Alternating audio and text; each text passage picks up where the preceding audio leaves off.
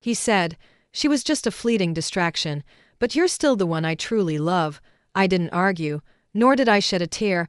I simply handed him the divorce papers. Some betrayals aren't worth forgiving. Some women don't bow down. They just leave stronger. Be sure to read to the end. The ending will shock you. Marcus, who never used to exercise, had recently become obsessed with morning runs, rain or shine. Each time he returned, he would thoughtfully bring me breakfast, until one day, Marcus, as if presenting a treasure, placed a Patty's Diner's signature without pickles in front of me. "Honey, look what I brought you." Your favorite Patty's Diner's signature. In that instant, I knew my marriage with Marcus had probably reached its end. I stared intently at Marcus, a bitter smile in my heart. He seemed to have forgotten that I always ate pickles, and I especially loved their unique taste.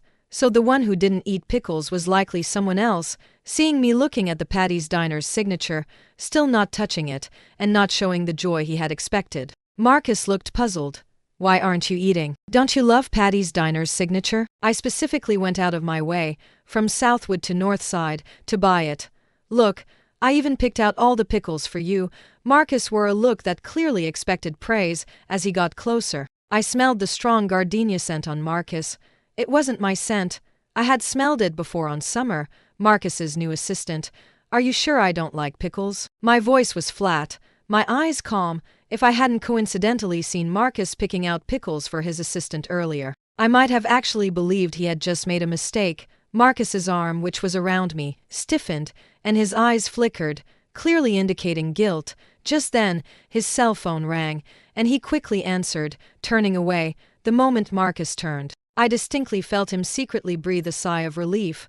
My slightly curled fingers slowly tightened into a fist. When reappeared, he had already changed clothes. A well-tailored suit accentuated Marcus's already tall and lean physique, and coupled with his handsome features, he exuded the charm of a mature man. No wonder he was particularly attractive to those young women fresh out of college, naive to the ways of the world. "Honey, I'm off to the office." As usual, Marcus gently kissed my forehead.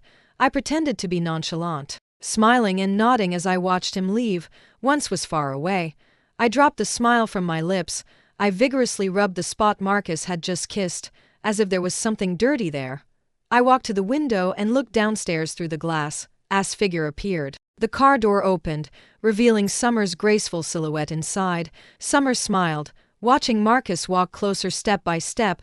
Neither of them spoke, yet, with just a shared glance, the air around them seemed to grow ambiguous, watching the car disappear from sight. I crumpled the pregnancy test results in my hand. I pulled out my cell phone and called my lawyer. "Help me draft divorce papers, as soon as possible." Marcus didn't know that I had gone to the office to see him yesterday. Marcus and I had been together from our college days to wedding vows. Married for 7 years, we had weathered life's storms together. If there was any regret in our happy marriage, it was that we had never been able to have a child. For this, Grandma had quite a few complaints about me. Building a career should be left to men. Women should return to the home, to bear and raise children, to focus on getting pregnant. I quit my job at the office and returned home. Endless checkups, countless herbal supplements to drink, countless fertility test strips to check. The moment I was confirmed pregnant, I cried tears of joy. I wanted to tell Marcus the good news myself. Right away, however, when I arrived at Marcus's office, filled with excitement, I happened to see Marcus through the slightly ajar door, fully focused on carefully picking out pickles from a bowl with chopsticks. His assistant, Summer, was leaning on the desk, looking at him with eyes full of adoration. "Here, eat." Marcus pushed the Patty's Diner's signature, with the pickles removed, toward Summer.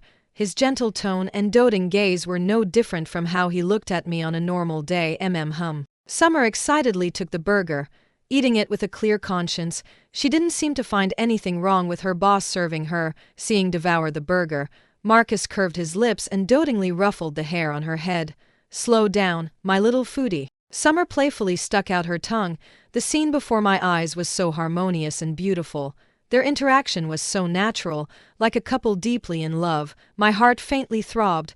The hand gripping the doorknob tightened involuntarily. It turned out that Marcus's tenderness and affection weren't exclusive to me. He would use the same tone and gaze for other women. After hanging up the phone, I headed straight to the hospital. Since I had decided to separate, it had to be a complete break. Despite the profound reluctance in my heart, I couldn't keep the baby. I could only say this child came at the wrong time. After the procedure, due to unusual bleeding, the doctor advised me to stay for observation for 1 day. Just as I was wondering what excuse to use to tell Marcus I wouldn't be home that night, I received a WhatsApp message from Marcus. "Honey, I have to work late tonight, so I won't be home." I replied with the emotionless "okay." As night fell, a dazzling display of fireworks suddenly erupted outside the window. Yet, while the fireworks glittered outside, my heart felt desolate. Just minutes earlier, I had seen Summer's Instagram story: "Fireworks meet the stars, all wishes come true. Your heart like fireworks. My heart like the night sky. Thank you for this grand fireworks display." Today's birthday was so happy. The accompanying photo showed a man and a woman holding hands under the fireworks, and the Patek watch on the man's wrist looked so familiar. It was the birthday gift I had given Marcus last month. The fireworks show lasted a full 4 hours. Outside the hospital room, I heard the nurses talking. "Mr. Marcus is so good to his wife." Exactly. Mrs. Marcus is so lucky to be married to Mr. Marcus, who is talented, handsome, and rich. Ah, what a fairy tale romance! Listening to the envious voices outside, I smiled bitterly inside. Tears, after all, couldn't be held back and silently streamed down my cheeks. They had no idea that the lucky Mrs. Marcus they spoke of was lying all alone in a hospital bed, while her devoted husband was with another woman, setting off fireworks across the city for her. Marcus had pursued me for 3 full years, wrote me 999 love letters, and proposed 99 times. The moment I agreed to marry him, he cried tears of joy, vowing to love and protect me for life. But I never imagined Marcus's for life would only be a mere 7 years. I don't know how long I cried until my tears dried up, and not another drop could fall. A sleepless night. The next afternoon, I completed my discharge procedures. When I pushed open the door to our home, dragging my weakened body, I saw a pair of unfamiliar red high heels on the floor. My hand, resting on the shoe rack, tightened abruptly, subconsciously. I looked up towards the living room. I saw Summer lying on the sofa, eating chips and scrolling through short-form videos, and was handing Summer a newly made warm ginger tea. Looking at the warm ginger tea, Summer made a face of disgust. "I don't want to drink that." "Come on, honey, drink it, and your stomach won't hurt anymore." Marcus wasn't angry at Summer's little tantrum. Instead, he was as patient as if coaxing a child. Summer wrinkled her nose, reluctantly taking the cup. Marcus's gaze casually swept over, and he happened to see me standing at the doorway. Marcus froze, a momentary flicker of guilt in his eyes. Summer followed Marcus's gaze. "Oh, Ms. Grace is back. Why are you standing there? Come on in." Summer greeted me warmly. Seeing me, Summer showed no trace of guilt or panic. Her demeanor was so natural, as if she were the lady of the home. Looking at the scattered chip crumbs on the sofa and the floor, I scoffed internally. Marcus had severe OCD and was a germaphobe. If anyone messed up or dirtied his space, he would instantly become enraged. Normally, I was extra careful at home, rarely snacking, and if I did, I was meticulously careful, afraid of spilling even a little bit. Now I realized that his OCD and germophobia were selective about people. Seeing me still standing there, unmoving, Marcus explained, "Summer's lease is up, and she has nowhere to stay for now, so she's temporarily staying here for a few days." Summer looked a bit embarrassed at me. "Ms. Grace, am I not causing you trouble?" As spoke, the diamond necklace on her neck sparkled under the light. I remembered that necklace. It was from Tiffany Co.'s new collection. It required advance reservation. I had seen the reservation information on Marcus's cell phone. How foolish of me to have thought at the time that he was preparing a surprise for our 7th wedding anniversary, filled with anticipation. Seeing me staring at the necklace in a daze, Summer curved her lips, a trace of triumph flashing in her eyes. Marcus frowned. "What nonsense. Mai is the kindest and most generous person. How could she think you're trouble?" I'm sorry, I misspoke, Ms. Grace. Please don't hold it against me." Summer apologized profusely, looking frightened and uneasy. I scoffed internally. Marcus and Summer were playing good cop, bad cop, morally blackmailing me. If I were to actually say I didn't welcome her, I would be deemed unkind and petty. My stomach was still aching, and I had no mood or energy to cooperate with their act. "Suit yourselves." I gave them a faint glance and then returned to the bedroom. As soon as I closed the door, Marcus entered. He wrapped his arms around me from behind. Honey, I'm sorry. I brought her back without discussing it with you first. I just saw she was a poor young girl, all alone in this big, strange city, with no family, and I just wanted to help her out. If you really don't like it, I'll kick her out right now. Marcus's tone held a careful probe. No need, I said expressionlessly. Marcus visibly relaxed, happily kissing my cheek. I knew my honey wasn't a petty person. I smiled without speaking. Marcus, however, didn't notice that my smile didn't reach my eyes. He didn't understand. I genuinely felt there was no need anymore. This was Marcus's house. I had already decided to leave. From now on, he could bring anyone he wanted back. It had nothing to do with me. Marcus took a jewelry box from his pocket and, as if presenting a treasure, handed it to me. Here, a gift for you. I took the box and opened the lid. Inside were a pair of diamond earrings, however. The moment I recognized the style of the earrings, my heart felt a dense, pricking pain, as if jabbed by countless needles. These earrings were a free gift that came with Summer's necklace, so my husband gave his assistant $1 million diamond necklace, but gave his wife cubic zirconia earrings worth less than $200, and they were a freebie. You rest first. I'll go check on things outside. Ignoring my pale, bloodless face, Marcus impatiently turned and left. A bitter taste filled my throat. Marcus had always been meticulously attentive. In the past, even if I had a tiny scratch or felt a little unwell, he would notice, but now, his mind and eyes were filled with his assistant. There was no longer any room for me. I felt both pathetic and ridiculous. At this moment, my resolve to leave grew even stronger. Soon, Summer's aggrieved, clearly tearful voice came from outside the room. I feel like Ms. Grace doesn't really welcome me, so I'd better leave. I couldn't help but sneer. If she really wanted to leave, she would have done so when Marcus first came into the room. Why wait until he went out to say she wanted to leave? I already told you. Grace didn't mean it that way. Just stay here and don't worry. Marcus patiently coaxed her, but seemed not to listen. Crying and insisting on leaving. I frowned slightly, suppressing the irritation in my heart. I changed into my pajamas and lay down. Unexpectedly, the door was violently kicked open. Marcus quickly walked to my side and yanked me off the bed before I could even put on my shoes. Marcus dragged me in front of Summer. Honey, tell her you want her to stay, Marcus said urgently. My blood ran cold. I stared at Marcus in disbelief, my throat seemingly blocked. Unable to make a sound, Marcus was actually asking me to beg another woman to stay. Summer lowered her head, silent, but where Marcus couldn't see, she defiantly curled her lips, her eyes triumphant. Honey, it's just a word. She's a sensitive young girl. Can you just give in, please? The moment Marcus finished speaking, I suddenly felt a sense of release. At that moment, the last shred of my feelings for Marcus dissipated completely. Summer's triumphant look had now vanished, replaced by a look of grievance. I ask you to stay. My voice was unusually strained. Ms. Grace, what did you say? Summer turned slightly, feigning that she hadn't heard clearly. I knew she was doing it on purpose. Marcus's brows furrowed. Honey, speak louder.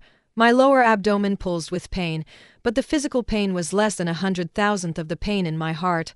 I bit my lower lip tightly, suppressing the bitterness and humiliation that welled up inside me, and said again, I beg you to stay. Is that better now, my dear girl? Marcus said with a helpless tone. Only then did Summer's tears turn to smiles, and she nodded, agreeing to stay. The pain in my lower abdomen grew fiercer. I could barely stand. May I leave now? Marcus's gaze finally fell on me. Seeing my bare feet, he frowned slightly, about to scold me out of habit, then seemed to remember something and guiltily averted his gaze. Honey, you go back to the room first. I'll come back to you after I've settled Summer. With that, he helped Summer to the guest room. As past me, she curled her lips, her eyes mocking. The one who said he would be right back did not return all night. Mr. Marcus, a little lighter. Just a wall away. Summer's moans or coquettish murmurs occasionally drifted over. The next morning, Marcus and Summer came out of the room one after the other. Ms. Grace, you look a bit tired. Didn't you sleep well last night? Summer asked with exaggerated surprise. Marcus's eyes flickered, and he awkwardly explained, Honey, Summer's on her period, and she has cramps, so I was massaging her stomach all night. Then I got too sleepy and accidentally fell asleep in her room. Ms. Grace, please don't misunderstand. Nothing happened between Mr. Marcus and me, Summer explained eagerly. I nodded, my expression indifferent, Marcus visibly relaxed. At this point, I handed him a printed copy of the divorce papers. You want to divorce me? Marcus looked at me in disbelief. Sign it, I said, still calmly. Why? Marcus frowned, however. Before I could speak, I suddenly felt something furry at my feet. A white muffin was licking my slipper. My heart skipped a beat because I was bitten by a dog when I was little. I was most afraid of dogs, and I had severe asthma, so I was especially sensitive to animal dander. I sharply pulled my foot back. The seemed startled by my sudden movement. Its small body trembling, Summer quickly stepped forward and protectively picked up the muffin, unexpectedly. The muffin suddenly let out a painful wail the moment it was picked up. Summer, with tears in her eyes, demanded, "Ms. Grace, why did you kick it?" I didn't. I instinctively looked at Marcus to explain.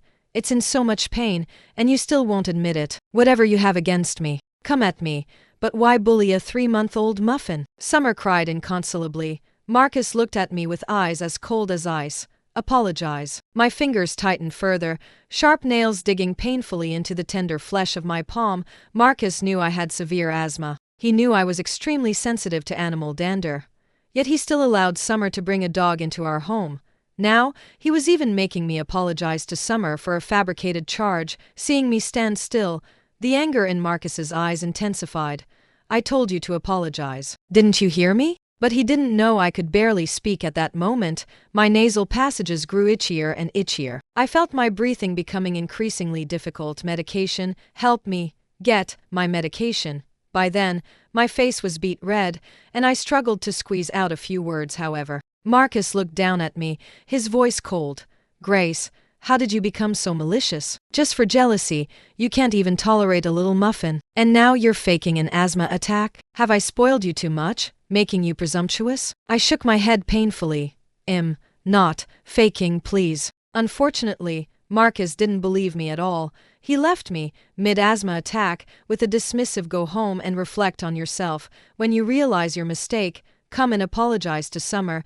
Then he left with Summer and Muffin for the pet hospital. My heart rate quickened. My breathing grew more rapid, and my consciousness gradually blurred, looking in the direction Marcus left. I closed my eyes in despair. At the pet hospital, Marcus, who was accompanying Summer for Muffin's full examination, suddenly felt a dull pain in his chest. He clutched his chest, his brows tightly furrowed. He didn't know why, but just now he distinctly felt a sting in his heart, as if something important was about to be lost. Marcus tried hard to ignore the growing dread in his heart. Muffin had a fractured left leg. The doctor put a cast on it for stabilization. Summer thanked the doctor and was ready to leave when she saw Marcus still sitting motionless. For some reason, the dread in Marcus's heart grew stronger and stronger. Marcus was clearly distracted. Summer called him several times, but he didn't hear. A hint of malice quickly flickered in Summer's eyes. She had put so much effort into this, probing bit by bit, getting closer bit by bit. She had finally secured a place in Marcus's heart, getting closer to the position of Mrs. Marcus. And she would not allow anyone to ruin it, especially his original wife, Grace. Absolutely not. Summer's hand, holding Muffin, secretly gave a hard pinch. Ow!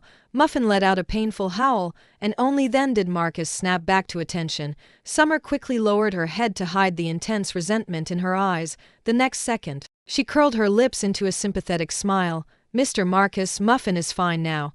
If you're still worried, go back and check. I think Ms. Grace probably didn't mean it earlier. She just cares about you too much," which made her take out her anger on Muffin. "It's just poor Muffin who suffered an undeserved disaster." Summer's eyes were red, tears about to fall. Holding Muffin in a truly pitiable way, Marcus's heart softened instantly. There's nothing to worry about.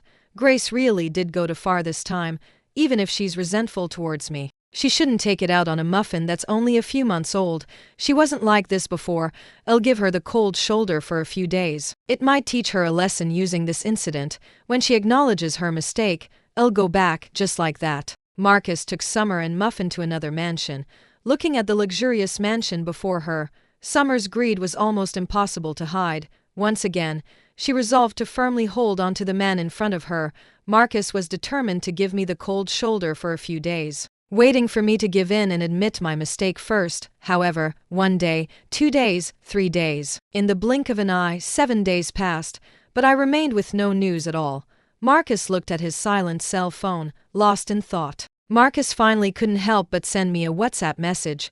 Do you know your mistake yet? However, after waiting for a long time, he never received a reply. Marcus couldn't help but make a phone call to me, but the only thing he heard from the phone receiver was a cold, mechanical female voice. The number you have dialed cannot be reached. Please try again later. Damn it. Marcus couldn't help but curse under his breath, kicking the trash can by his foot, remembering my severe asthma, and then recalling how I collapsed on the floor struggling to breathe that day.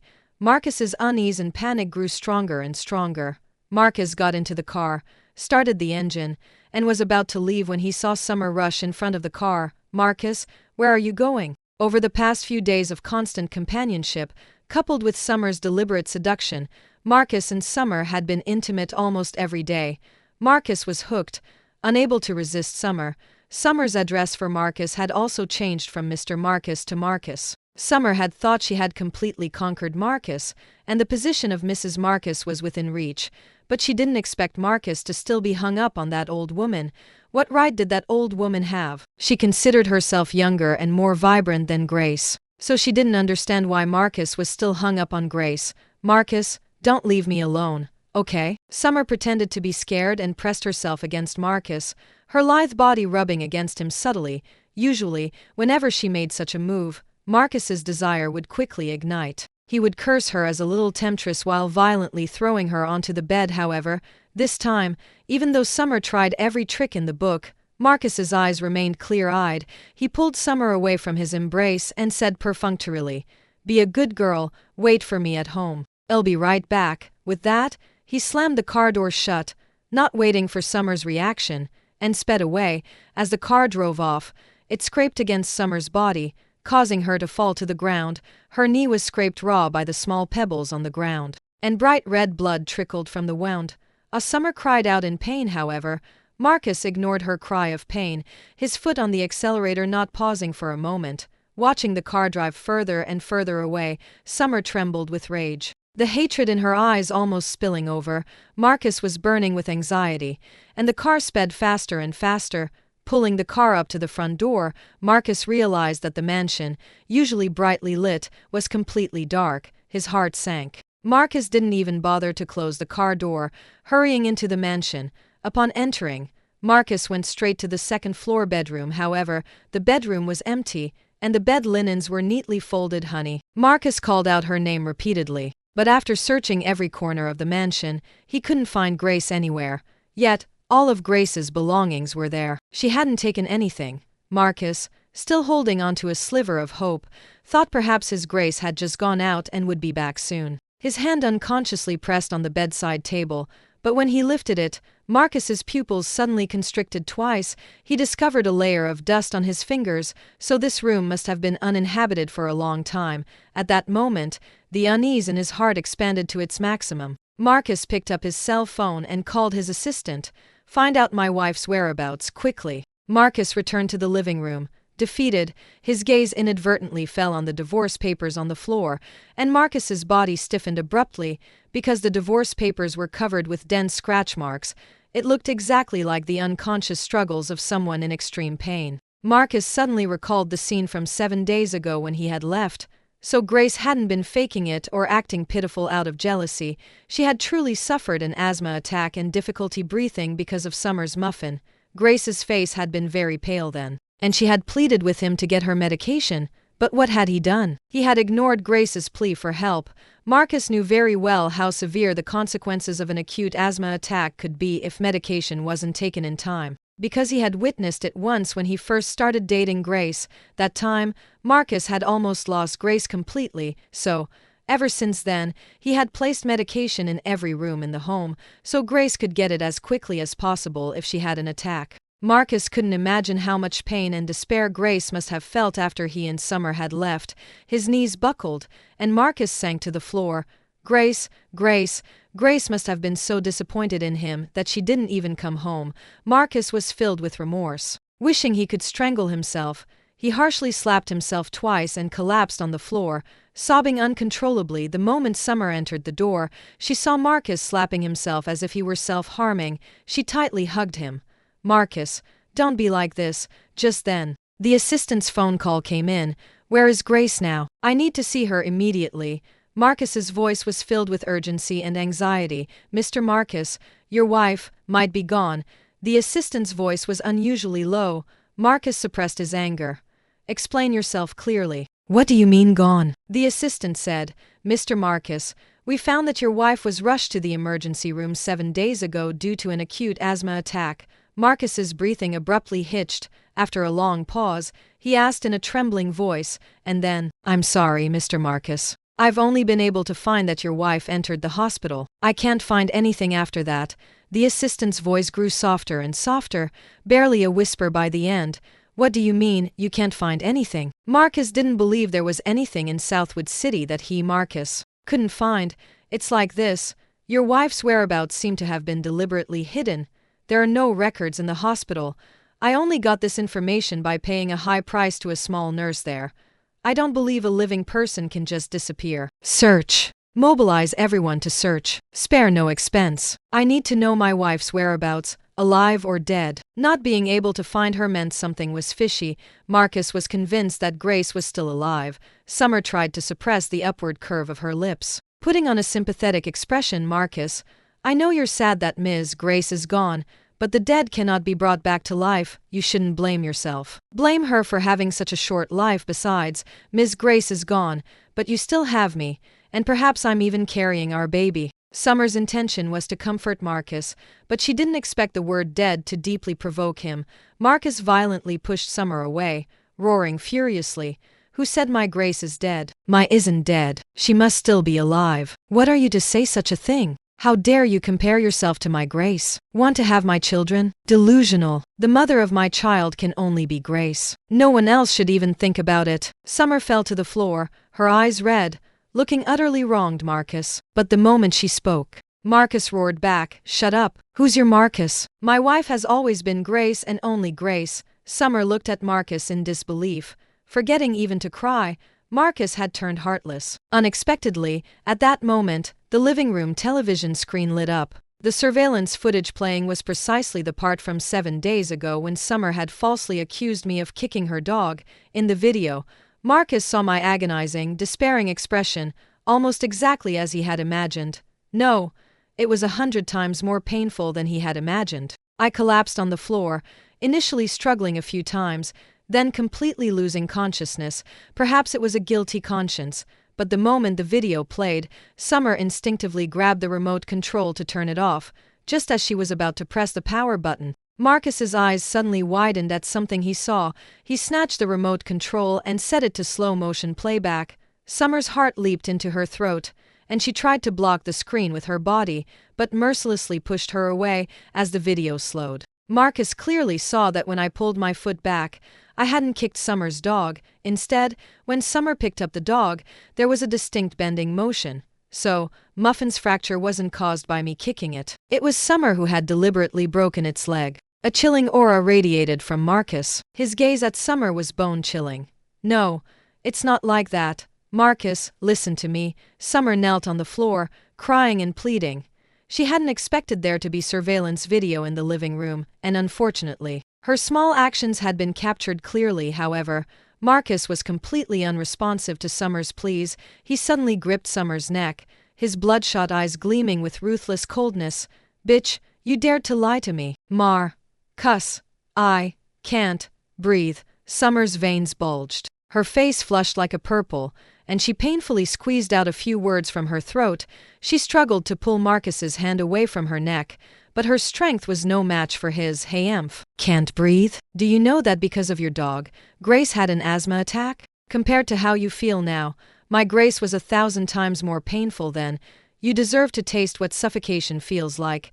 It's all your fault. You made Grace disappointed in me and leave me. You deserve to die. Marcus vented his full resentment on Summer, his grip tightening. Watching's face gradually turn purple, her eyes bulging, her tongue protruding, and her struggles slowly cease. It was the assistant who arrived just in time to rescue Summer from Marcus's grip, but did not let Summer off easily. He broke one of Summer's legs and locked her in a sunless basement. He arranged for someone to entertain her every day, The method was to push her entire face into a basin of water until she was on the verge of suffocation, repeating this process. And spent every day doing nothing but waiting for news of me, desperately trying to find me. The I whom Marcus had been desperately searching for in vain had already, with the help of my close friend, moved to a tranquil harmony with beautiful mountains and rivers, starting a new life. That day, after Marcus and Summer left, I gradually lost consciousness. Perhaps it was fate that I wasn't meant to die. My best friend, Chloe, just happened to return to the country to see me. No one knew that Chloe, the heiress, and I were best friends, like sisters. Chloe had gone abroad after graduation, but our communication had not stopped because of it. Distance had not diluted our friendship. We had maintained close contact all along, only no one knew this, including Marcus. Chloe took me to the hospital, and afterward, she used her connections to help me hide my whereabouts. That's why Marcus could never find me. After all, in terms of influence and power, Marcus's family couldn't compare to Chloe's influential family.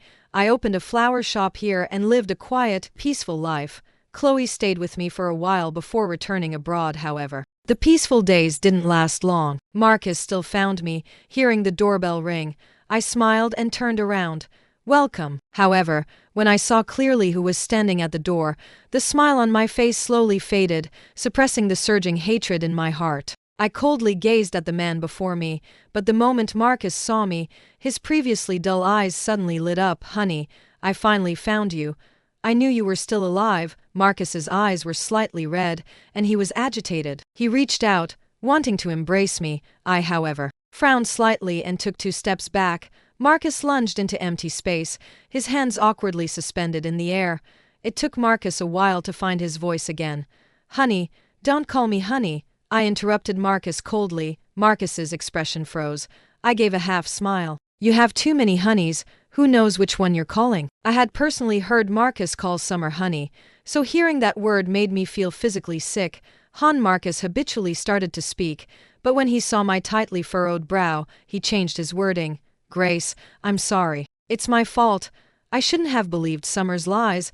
I didn't realize Summer would break the puppy's leg just to frame you. I'm sorry. It's all my fault.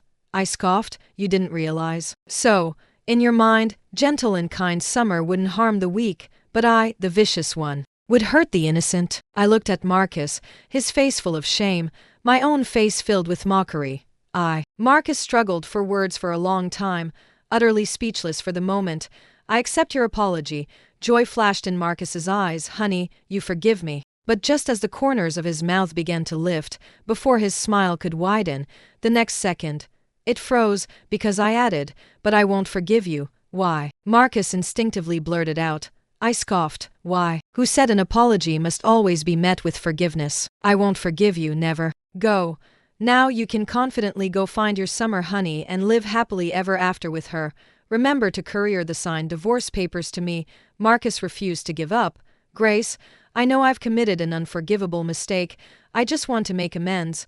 I laughed. Make amends? How do you propose to do that? You knew I had severe asthma, yet you still let Summer bring a dog to live in our home. I begged you on my knees to get me my medication, but you just turned and walked away.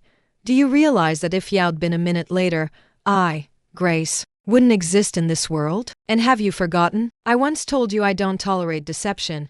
If you ever fell in love with me, you could tell me directly, and I would leave on my own. Marcus eagerly explained. I love you, Grace, you've been the one I loved all along. I scoffed disdainfully.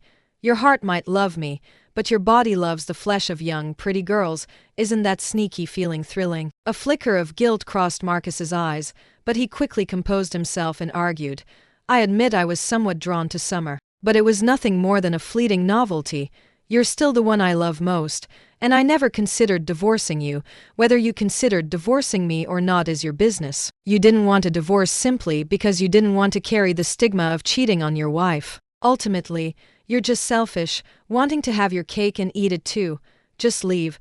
Don't ever come looking for me again. Seeing you makes me sick to my stomach. The color drained from Marcus's face, inch by inch, and the light in his eyes slowly faded. He had thought I would hate him, resent him, but he was even more certain that I loved him. He believed that if he just humbled himself, I would forgive him. but he never imagined I wouldn't even give him a chance to repent, but didn't want to give up like that. It's okay, Grace. It's okay if you won't forgive me now. I'll wait until you change your me. Before he could finish, a knife plunged into Marcus's back. Marcus turned his head, staring in disbelief. Standing behind Marcus was Summer. Summer was no longer as radiant as she once was, gaunt with bruised eyes. Her eyes were shifty-eyed when she looked at people. It was clear at a glance that she had been suffering inhumane abuse for a long time. Summer gripped the knife, laughing maniacally. You want to reconcile with that bitch, Grace? Dream on. I loved you so much. I even gave you my most precious first time, so why did you do this to me? Do you have any idea what my daily life is like? Those people torment me with varied methods every day, and I'm worse than an animal, no matter what. I used to be your woman. Don't blame me. Blame yourself for being so heartless. The hatred in Summer's eyes intensified, and she pushed the knife further into Marcus's body. Bright red blood instantly stained Marcus's clothes. It wasn't until Marcus collapsed onto the ground, unable to stand any longer, that a passerby called the police and 911. Marcus's consciousness was already fading. He struggled to grasp my hand, a look of relief on his face as he smiled. I'm sorry. If there's a next life, I'll never betray you again. The police took Summer away. A long life in prison awaited her. Summer's knife had pierced Marcus directly in the heart. Due to the severity of his injuries, Marcus stopped breathing on the way to the hospital. When I heard the news, my heart remained strangely calm, without a ripple of emotion. The day after Marcus's death, his lawyer contacted me. It turned out Marcus had already drawn up a will before finding me, transferring all his assets into my name. After donating all the assets to a charity, I moved to a new city and started a new life. From then on, the past was gone forever. May we never meet again in the next life.